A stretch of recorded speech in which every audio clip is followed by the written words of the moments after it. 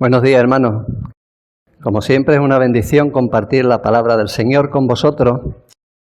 Y hoy me voy a proponer un reto que pretendo no hacerlo por mí mismo, sino en el poder del Espíritu y según la misericordia del Señor me permita llegar. Porque hoy más que nunca, como predicador, quiero depender del Señor. No solo porque vengo un poquito mareado, tengo un poquito de vértigo, sino también a lo mejor el vértigo tiene que ver con el propósito de comenzar una serie sobre el Apocalipsis. A lo mejor el vértigo tiene que ver con eso. Ya hace más de 20 años que di una serie de estudios bíblicos de los jueves sobre todo el libro del Apocalipsis. Y con la ayuda del Señor, hoy voy a comenzar otra serie sobre este libro. A mí me gusta más llamarle el libro de la revelación, porque Apocalipsis suena a catástrofe, a juicio, al fin del mundo y da mal rollo. Y realmente es verdad, el Apocalipsis trata de todo eso, pero realmente es un libro de revelación. El propósito del Señor es dar a conocer a la Iglesia, a sus siervos, las cosas que han de suceder pronto. Y no nos hemos puesto de acuerdo, pero Pacurri ha hablado acerca de eso.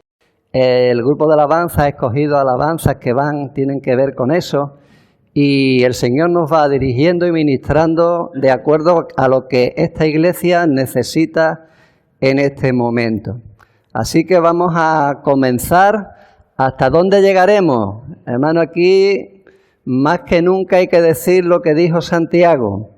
No digáis haremos esto o aquello, sino si el Señor quiere, viviremos y haremos esto o aquello. ¿Hasta dónde llegaremos?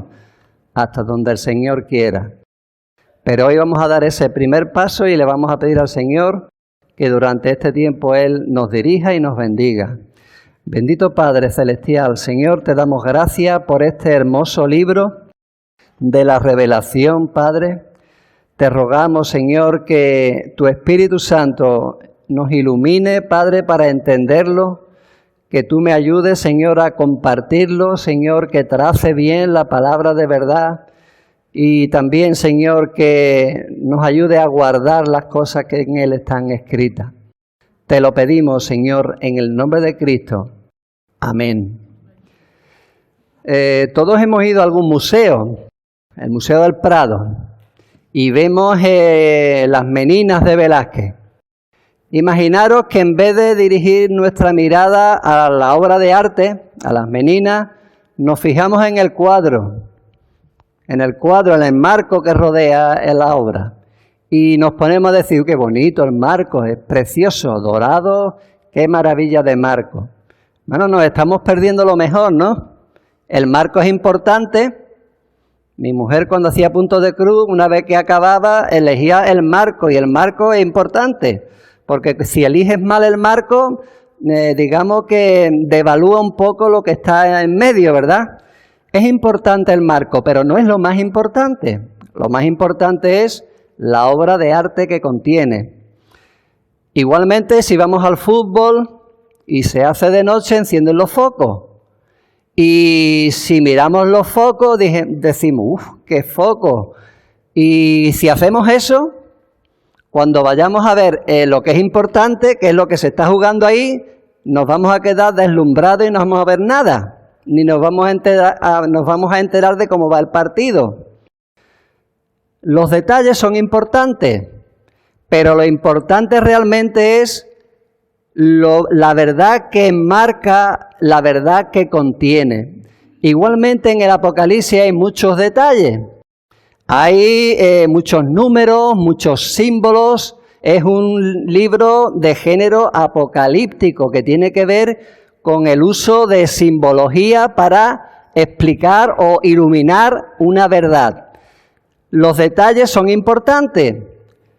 Los números, el 7, el 12, son importantes. Caballo, el rollo,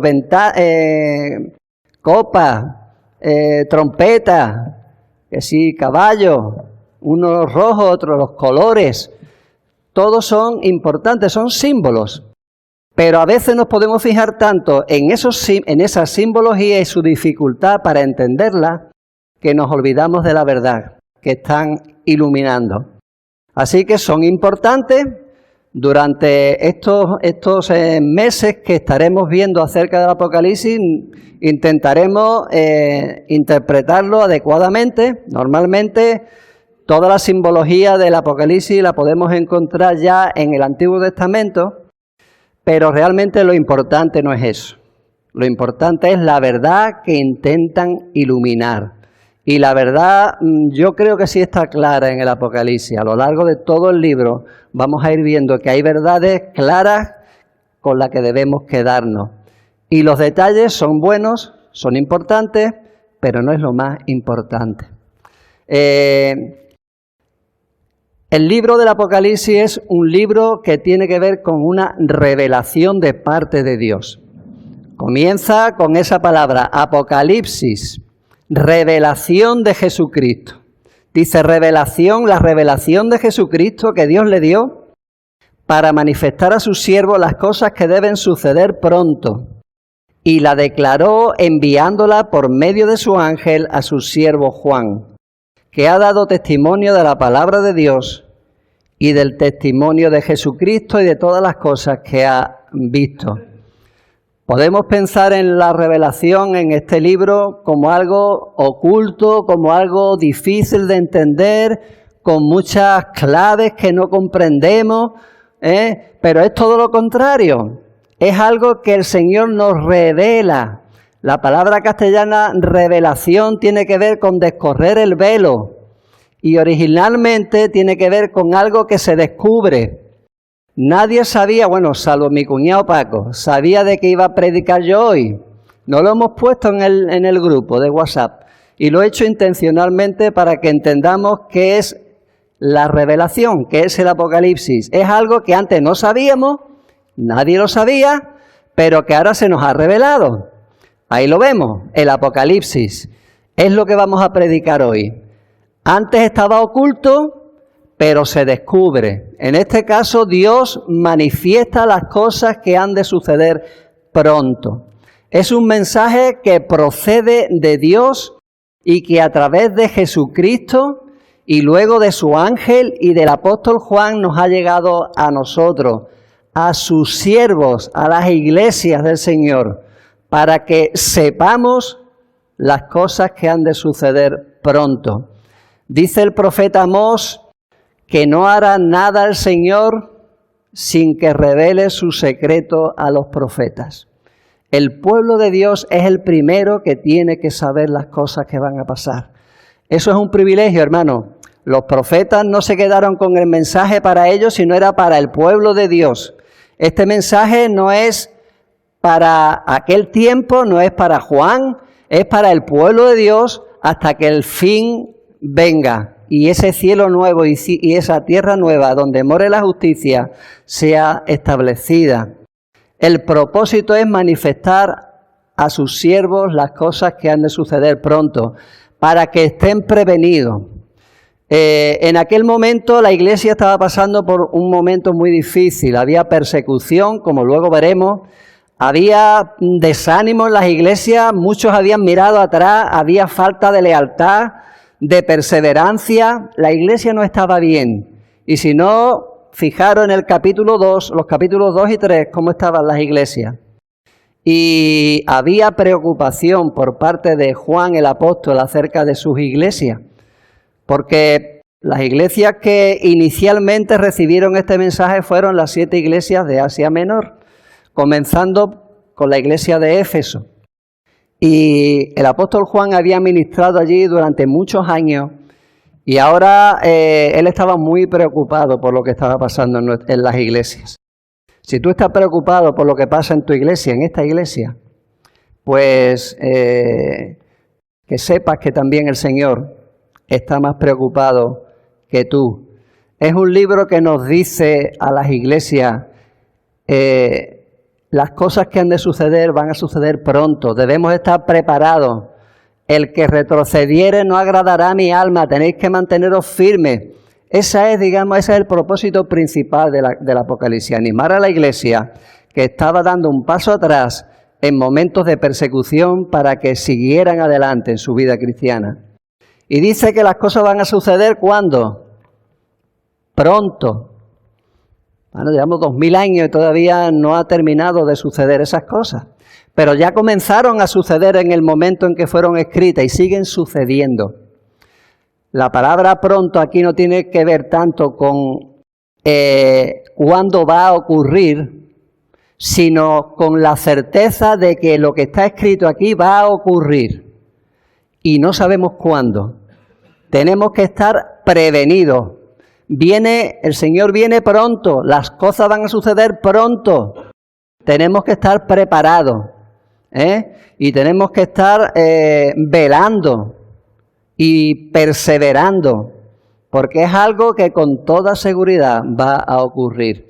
Y los acontecimientos que están ocurriendo, aunque todavía no es el fin, porque el Señor en Mateo 24 dice, cuando veáis estas cosas, guerras, terremotos, hambre, todavía no es el fin, que no os engañen, esto no va a ser el final, pero es un anticipo de lo que va a pasar. Es una advertencia para la Iglesia de que el Señor viene, de que las cosas están sucediendo y nos ayuda a retomar nuestra vida espiritual si en algún momento la hemos dejado atrás o no la hemos cuidado como debíamos.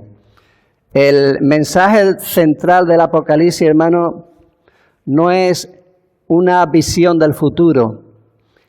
El mensaje central es que Cristo viene.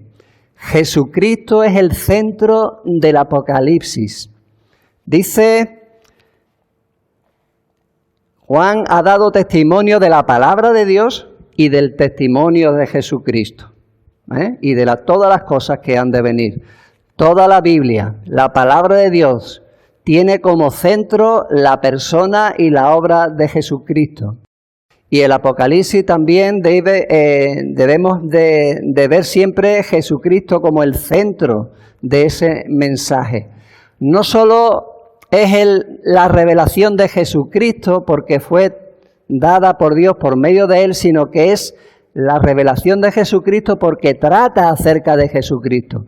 Jesucristo es el centro de todo lo que está pasando y de lo que pasará. El propósito, hermanos, es que los creyentes veamos lo que está ocurriendo a la luz de lo que la palabra del Señor dice y sobre todo a la luz de quién es Jesucristo, lo que ha hecho por nosotros y lo que nosotros somos para Él. Dice, bienaventurado el que lee y los que oyen las palabras de esta profecía y guardan las cosas en ellas escritas, porque el tiempo está cerca. La revelación es una profecía, tiene que ver con algo que ocurrirá en el futuro, pero los profetas también no solo se encargaban de decir el porvenir, de anticipar la historia, no solo es una historia anticipada, tiene que ver también con exhortar al pueblo de Dios. Era una misión importante del profeta en el Antiguo Testamento, exhortar al pueblo de Dios, animar al pueblo de Dios, pero también señalarle sus pecados y sus errores. Y, hermano, es el único libro de la Biblia que tiene una promesa de bendición. Bienaventurado el que lee. En aquel tiempo, cuando se recibía una carta en la iglesia, porque esto al final es una carta del Apocalipsis, no solo una profecía, también es una carta y está escrita en forma de carta. Cuando se recibía la carta, uno la leía, como estoy haciendo yo, uno la leía, los demás oían y debían guardar lo que se leía. La promesa de bendición, bienaventurado, tiene que ver con cumplir esas tres condiciones. Que uno lea lo que está escrito, es decir, no solo que lo lea, sino que lo enseñe, que lo interprete, que otros lo oigan y que todos lo guarden. Si fallas en una de esas tres, no serás bendecido con este libro. Pero si lo haces, seremos bendecidos. Hermano, Si lo estás haciendo en este momento, ya estás siendo bendecido. Porque este libro tiene promesa de bendición. ¿Veis? No es tan catastrófico. Al final es un libro de bendición. Bienaventurados, felices, bendecidos. Porque el tiempo está cerca. Y es una buena razón para predicar acerca del libro de la Revelación. Hay promesa de bendición en leer, oír y guardar lo que en él está escrito. Pero también es el único libro de la Biblia que tiene una advertencia, no voy a decir amenaza, advertencia de maldición. Está al final. La bendición al principio, la maldición al final. Maldito todo aquel que ponga o quite una palabra de las cosas que están escritas en este libro. Así que, hermanos, yo con temor y temblor, como aquel que va a leer y que va a enseñar el libro de la Revelación, me pongo delante del Señor para que Él me ayude a no poner ni quitar nada de lo que en Él está escrito, sino trazar bien la palabra de verdad. Los destinatarios originales, ¿quiénes fueron? Bueno, fueron las 7 iglesias de Asia. Dice Juan a las 7 iglesias que están en Asia: gracia y paz a vosotros del que es y que era y que ha de venir, y de los 7 espíritus que están delante de su trono y de Jesucristo. ¿Veis como una carta? Hay una salutación, como se solía hacer en las cartas, y vemos en Pablo, y se dirige a esas 7 iglesias que estaban en el corazón de ese hombre. ¿Veis que Juan no empieza en el versículo 9? Y la mayoría de las predicaciones empezarían en el versículo 9. ¿Dónde estaba Juan? ¿Qué estaba pasando? Yo, Juan, estaba en Patmos, tal y cual, ¿no? Pero yo quiero respetar el orden en el que Juan escribe ese libro que el Señor le ordenó que escribiera. Él no empieza con yo, Juan, sino empieza con Jesucristo. Y después empieza con las iglesias. Lo importante no es lo que a mí me pasa, mis circunstancias, donde yo estoy, lo que me ha pasado. No hace lo que yo he hecho, que he empezado diciendo que estoy mareado y tal y cual. No importa, hermano, cómo estás. Lo importante es lo que el Señor quiere, obedecer al Señor y quién es Él. Y ese mensaje Él se lo quiso transmitir a las 7 iglesias en las que Él había trabajado tanto tiempo. Y ahora estaba allí desterrado en la isla sin saber nada de ella. Él no la había dejado bien. Sabía que esas iglesias no estaban preparadas para ser examinadas por el Señor. No estaban preparadas, pero el Señor llega en su momento y le dice: envía este mensaje a las 7 iglesias. Bueno, por un lado, Juan se sentiría consolado por cuanto esa preocupación por las iglesias de la que también Pablo habló, ¿no? Lo que cada día se agolpa sobre mí, mi preocupación por las iglesias. Pues Juan estaría igual, un hombre de más de 90 años, un anciano, el último apóstol. ¿Qué será de las iglesias? Y se da cuenta que Jesucristo, el Señor de la iglesia, está más preocupado que Él de esas iglesias. A diferencia de que Él no podía hacer nada allí, pero Jesucristo sí que podía. Le desea lo mismo que Pablo deseaba a las iglesias, que recibieran la gracia y la paz de parte de Dios. ¿Cómo describe a Dios Juan? Dice el que es y que era y que ha de venir, y de los 7 espíritus que están delante de su trono y de Jesucristo. ¿Veis? Ahí está la Trinidad entregando el mensaje, compartiendo con Juan y con las iglesias sus problemas y sus preocupaciones. El que es y que era es el yo soy, el eterno. Los 7 espíritus que están delante de su trono es el Espíritu. Y el que ha de venir, Jesucristo, el Padre, el Hijo y el Espíritu Santo, involucrados en bendecir a la iglesia, en bendecir a sus siervos. Tiene que ver con lo que está ocurriendo en el cielo, pero que esa visión de lo que hay allí, de ese trono, que luego veremos que no está vacío, que está ocupado por el Cordero, nos debe servir para ver la tierra, lo que está ocurriendo aquí, con otra perspectiva, con los ojos de Dios, con los ojos de aquel que todo lo ve, todo lo escudriña y todo lo puede.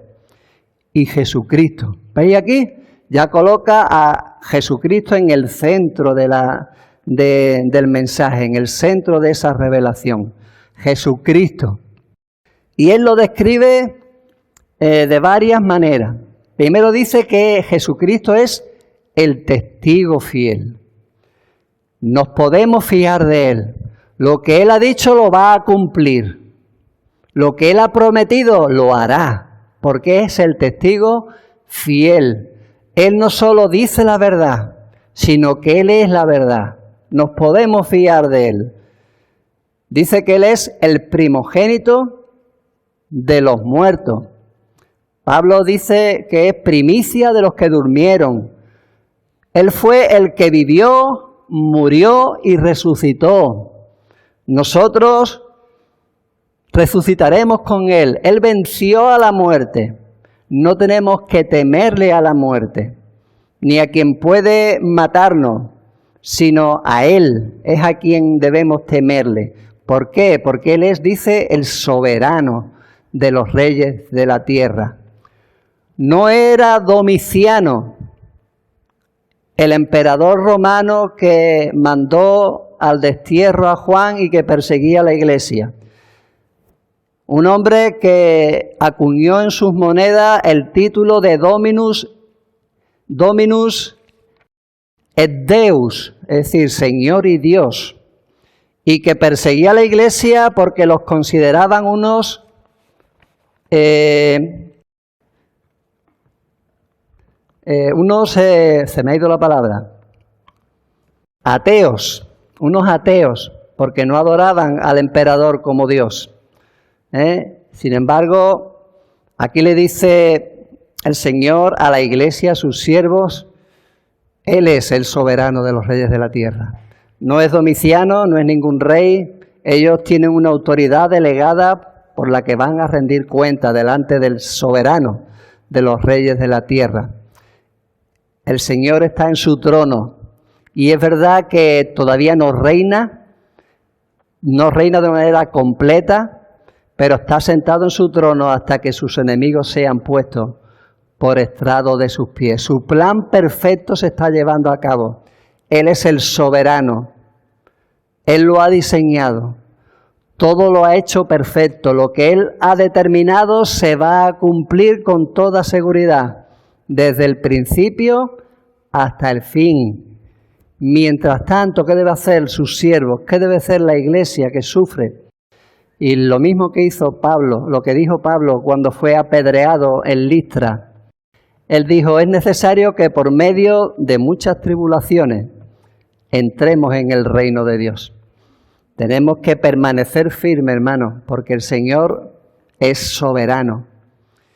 Pero también es aquel que nos amó y nos lavó de nuestros pecados con su sangre, dice. Un Dios que nos amó. El soberano, el Rey de Reyes, es aquel que se hizo hombre, vivió para cumplir la ley por nosotros y murió por nosotros. Y nos limpió de nuestros pecados con su sangre. Ese Dios soberano murió porque nos amó hasta el fin. Él es el primogénito de los muertos, porque murió por nosotros y lo hizo porque nos amó. Así que es verdad que hay que temerle, pero a alguien que nos ama de esa manera también debemos amarle. Nuestro temor no debe ser miedo, debe ser un temor reverente y, digamos, demostración de alguien que ha recibido ese amor de Dios incondicional, como cantábamos antes. Y Él nos hizo también reyes, dice, y sacerdotes para Dios su Padre. Somos sus delegados, somos sus siervos, somos sus ministros. Hermano, ministro suena muy bien, pero ministro significa siervo. No un siervo, un criado, dulos, esclavos. Somos aquellos que Dios ha exaltado sin merecerlo, que ha puesto en autoridad sin que nos hubiéramos ganado el puesto, pero Él ha confiado en nosotros este mensaje, su iglesia, para que administre lo que el Señor ha puesto en nuestras manos. Y nos hizo sacerdotes también para Dios su Padre. Estamos ministrando en su presencia y somos dignos de hacerlo porque Él nos amó y nos lavó de nuestros pecados con su sangre. Ahora podemos sí estar en su presencia ministrando. Y cuando Juan piensa en esas cosas, parece como si se parara. Parece como si no pudiera seguir escribiendo. Y se para y deja la pluma con lo que estuviera escribiendo y dice: a Él sea la gloria e imperio por los siglos de los siglos. Amén. Cuando piensa en quién es Cristo, en lo que hizo por nosotros y en lo que nosotros somos para Él, Él se queda sin palabras y dice: a Él sea la gloria y el imperio por los siglos de los siglos. Amén. Hermanos, saber estas cosas nos debe hacer exclamar lo mismo. ¿Veis que es para bendición de la iglesia? No es para que temamos. El mundo debe temer. El mundo debe tener miedo al juicio de Dios. Nosotros no. Si nos quedamos deslumbrados por algo, que sea por Jesucristo, quién es Él y lo que hizo por nosotros. Luego sigue diciendo que Jesucristo también es el que viene en las nubes y todo ojo lo verá. He aquí viene en las nubes y todo ojo lo verá. Las nubes, si nos vamos al Antiguo Testamento, representan la gloria de Dios manifestándose a su pueblo. Y manifestándose, digamos, en toda su gloria, aunque una gloria velada. Jesucristo en su primera venida nadie le reconoció porque se despojó de su gloria. Y anduvo por este mundo sin que nadie se fijara en Él, como dice Isaías, sin atractivo para que le deseemos. Se despojó de su gloria en su estado de humillación y pasó desapercibido. Pocos se enteraron, pocos creyeron, pero he aquí viene en las nubes y todo ojo lo verá. En su segunda venida no será así, no vendrá en secreto, vendrá manifestando su gloria. Y como veremos en el Apocalipsis, si llegamos a ese momento, la gente se meterá debajo de las cuevas, entre las peñas, para no ver su gloria, porque será tiempo de juicio. Todo ojo lo verá, y los que le traspasaron. Y todos los linajes de la tierra harán lamentación por Él. Hermanos, nosotros no. Nosotros deseamos que venga su venida, pero esa venida que para nosotros es una liberación, para el mundo es juicio. Es juicio. La primera venida, Él vino a morir por nuestros pecados y a salvar a los que creyesen. La segunda venida será para liberar a su iglesia, a los que han creído, y para juzgar a los que no creyeron. Y nuevamente Juan dice: sí, amén. El Señor viene, sí, amén. Solo aquellos que están seguros de que Jesús lo ha limpiado de sus pecados con su sangre pueden anhelar que el Señor venga. A veces a mí me da miedo pensar en que yo deseo que Jesús venga. Yo deseo que Jesús venga, hermano, pero pienso también, ¿y los que no están preparados? De nuevo, mi familia. Si el Señor viene, ya no habrá esperanza para ellos, sino solo lamentación. Eso también nos recuerda a la iglesia de que debemos seguir predicando el Evangelio de la gracia, para que esa gracia, esa paz que hemos recibido en Cristo, la reciban todos aquellos que todavía hoy no están preparados. Y ahora habla Jesús de sí mismo y dice: yo soy el alfa y la omega, el principio y el fin, el que con su primera palabra creó todas las cosas, En el principio creó Dios los cielos y la tierra, y estaba Jesucristo creando con su palabra, y quien le pondrá fin también, y será quien tenga la última palabra. Él es el Señor, como dice aquí también Juan. Él es el Señor, el que es y que era y que ha de venir, el Todopoderoso. El Señor, el Eterno, Dios Todopoderoso, el que lo sustenta todo. Es verdad que nosotros no podemos. ¿Qué podemos hacer por la Iglesia? ¿Qué podemos hacer por los perdidos? Hacemos cosas, pero muchas veces no sabemos qué más podemos hacer. El Señor puede. Todo lo puedo en Cristo que me fortalece. Tiene que ver con la confianza en que lo que no podemos nosotros, muchas veces nos vemos impotentes para muchas cosas. El Señor sí, porque Él sustenta todo. Él es el Todopoderoso. Pero no olvide que Él, aunque sustenta todas las cosas, el que sustenta el universo, también te sustenta a ti y me sustenta a mí. Y cuando vemos quién es Cristo, lo que hizo por nosotros, no solo nos debemos alegrar y sentirnos bendecidos, sino que también nos debemos sentir responsables. Porque lo que Él es me afecta a lo que yo soy. Hermano, si Él es el testigo fiel, ¿qué tengo que ser yo? Yo tengo que ser alguien que le crea, que le imite, que sea testigo y que también sea fiel. Si fuéramos infieles, Él permanece fiel, dice. Él no puede negarse a sí mismo.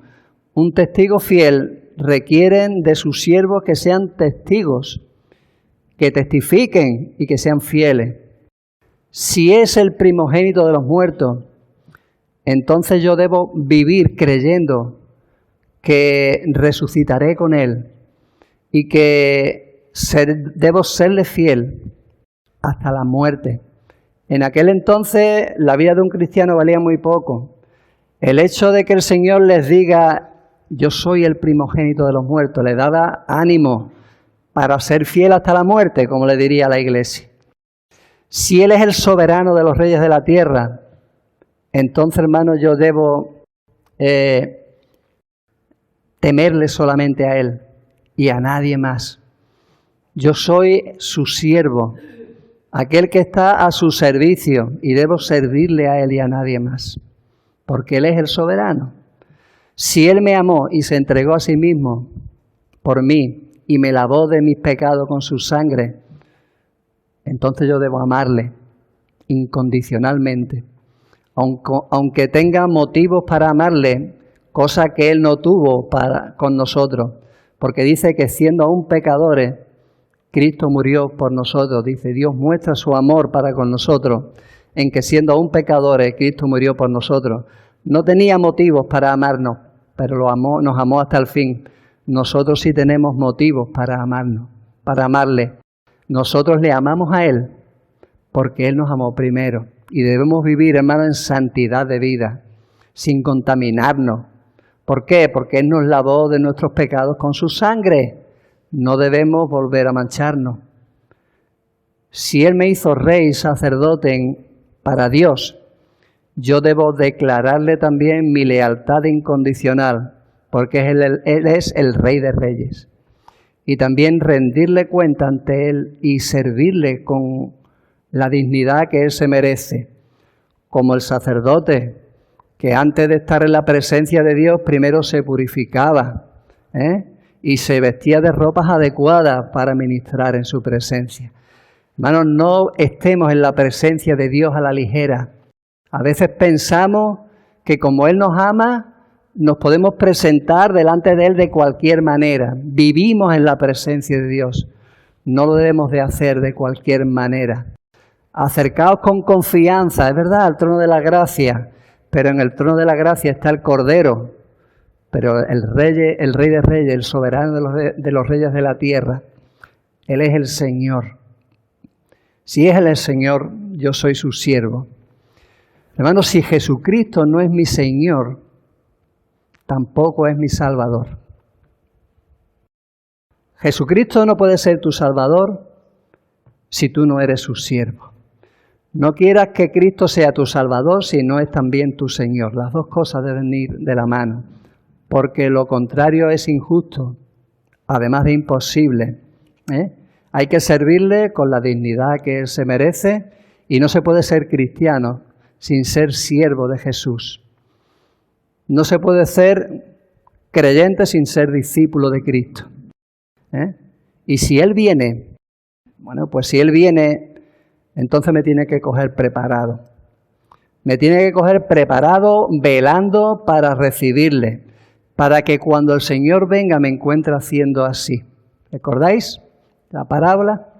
Cuando el Señor venga me encuentre haciendo así, la parábola de las vírgenes, velando, esperándole. Por eso dice pronto.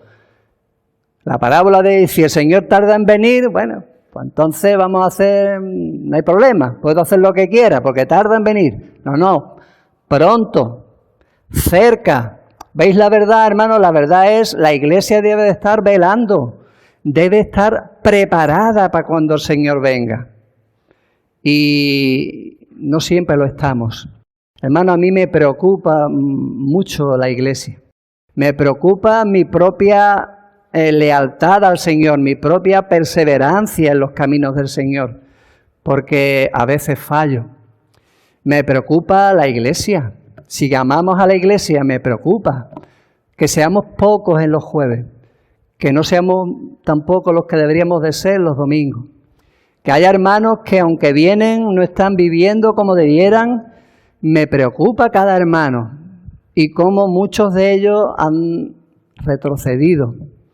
Me preocupa cuando me pasa a mí, pero hermano, al Señor le preocupa mucho más que a mí. El Señor viene. Es el lema de todo el Apocalipsis, de todo el libro de la Revelación.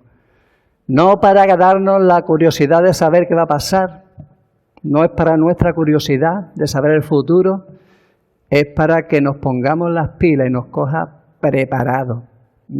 Nos coja preparados. Lo voy a dejar aquí. Recuerda, hermano, que este libro es un libro de juicio, pero es un libro de bendición. Y es verdad que el juicio no comienza con el mundo. ¿Con quién comienza el juicio? Con las iglesias. Nos recuerda lo que dice Pedro, porque es tiempo de que el juicio comience por la casa de Dios. Y si primero comienza por nosotros, ¿cuál será el fin de aquellos que no obedecen el Evangelio de Dios? Para ellos será juicio para condenación. Para nosotros será juicio para restauración y para que haya arrepentimiento y volvamos a la vida cristiana como debemos llevarla. Yo amo y castigo, yo castigo a todos los que amo. Sé pues celoso y arrepiéntete. Para la iglesia es diferente, hermano. Esta iglesia no es perfecta. ¿Alguno no se ha dado cuenta todavía? No somos perfectos. ¿Por qué? Porque ninguno de nosotros somos perfectos. Pero el Señor ve a la iglesia como sus 7 iglesias. El 7 es un número que simboliza perfección. Y es verdad que ninguno pasamos la prueba, ninguno estamos preparados para ser examinados por Dios y conseguir un 10. Todas las iglesias tenían sus virtudes, sus defectos, pero el Señor ve a su iglesia como la iglesia perfecta. Es una iglesia que todavía no ha alcanzado esa plenitud de perfección, pero el Señor está trabajando en cada una de las iglesias.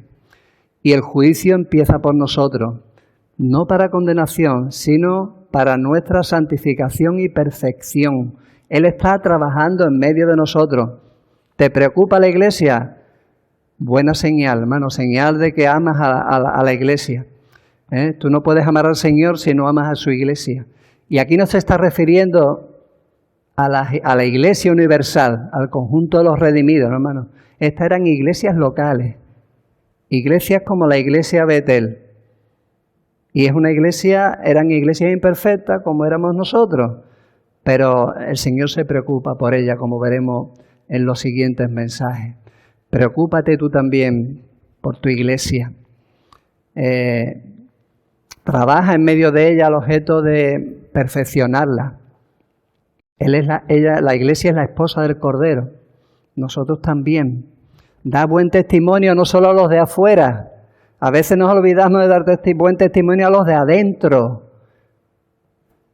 Da buen testimonio aquí dentro, hermanos, a los hermanos, a los que el Señor ama, a aquellos por los que Él se entregó y derramó su sangre. Tú también debes amarle, aunque no sean perfectos, aunque te defrauden muchas veces. El Señor sigue trabajando en medio de la iglesia, porque sigue amándola. Nosotros debemos hacer lo mismo, amar a la iglesia. Habiendo amado a los suyos que estaban en el mundo, los amó hasta el fin. Es la promesa del Señor. Gracias al Señor porque habiendo amado a los que estaban en el mundo, que a veces el mundo se nos mete en la iglesia, nos va a amar hasta el fin. He aquí yo estoy con vosotros todos los días hasta el fin del mundo. A pesar de nuestras imperfecciones, nuestros defectos y tantas veces que le fallamos, el Señor tiene un mensaje para las iglesias. Para esta iglesia también. Porque ya voy a concluir y anticipo que el mensaje del Apocalipsis no es solo para las iglesias los capítulos 2 y 3. Las cartas a las iglesias no solamente es ese mensaje para esas iglesias. Primero es un mensaje para todas las iglesias de todas las épocas. Igual que lo eran las cartas de Pablo, de Juan o de Santiago. Era primeramente para las iglesias a las que es enviada, a Corinto, a Éfeso, pero también es para toda la iglesia, ¿no? Es la palabra de Dios. Este mensaje que el Señor dirige a las iglesias es para todas las iglesias. El que tiene oídos para oír, oiga lo que el Espíritu dice a las iglesias, a todas las iglesias. Pero no solo son las cartas el mensaje a las iglesias. Es todo el libro de la revelación el que el Señor dirige a las iglesias.